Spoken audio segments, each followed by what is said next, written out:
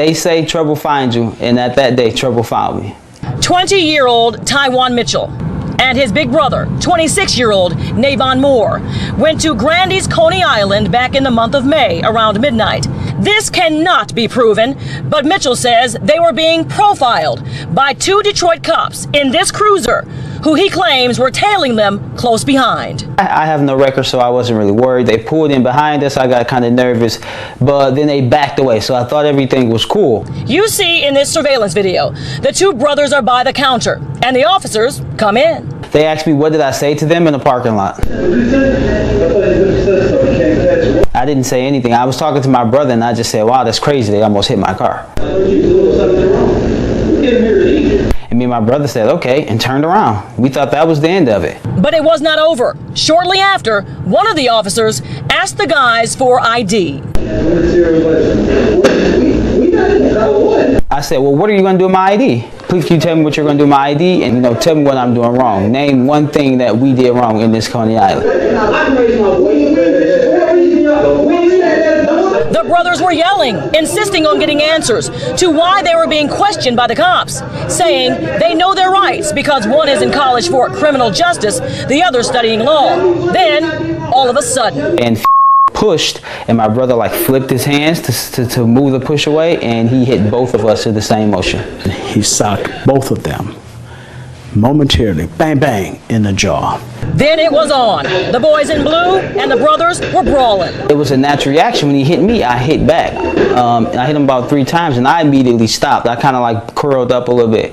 We're not saying they did not fight the officers. What we're saying is there was no probable cause. When they found the 2 young men who were smart, 2 young men who were college students, when they challenged them, I think they got angry and they decided to hit them.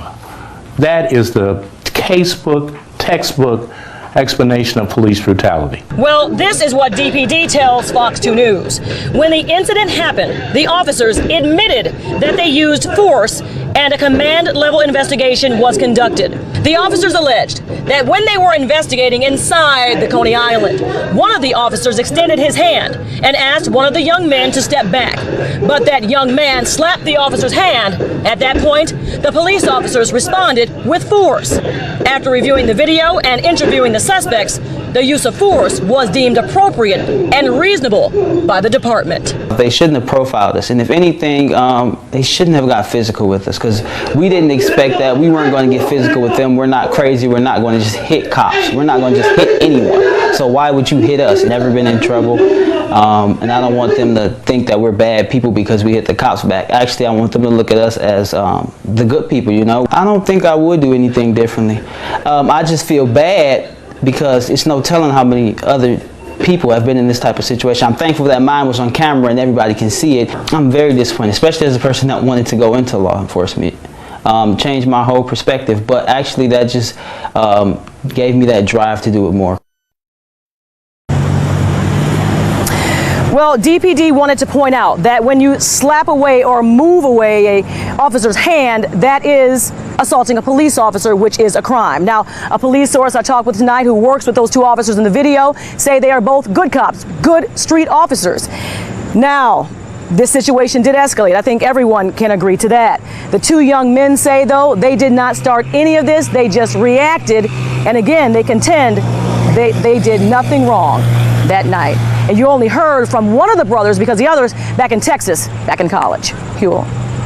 Andrea, from that video, I don't want to say who's right and who's wrong here. I think a jury or a court may have to make the final decision on that. But I do want to know about the explanation for why the officers confronted the young men at that restaurant in the first place.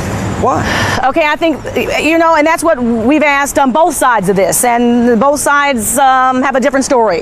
DPD tells me this is what the officers tell them, that when they were in the parking lot, the 2 young men made a grim expression, some kind of negative expression. When they went inside, the officers asked them about what happened out in the parking lot, and they say the young men were unruly and aggressive.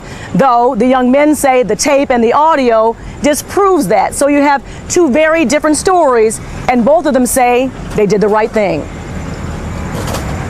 Well, let's hope somehow this will be resolved. I can remember former police chief Isaiah McKinnon telling me that he was beaten when he was 16 years old by a Detroit police officer. But instead of getting mad, he went into law enforcement and tried to change the DPD from the inside. So who knows? And that's what Mr. Mitchell wants to do. So we'll see what happens. All right, Andrea, thank you.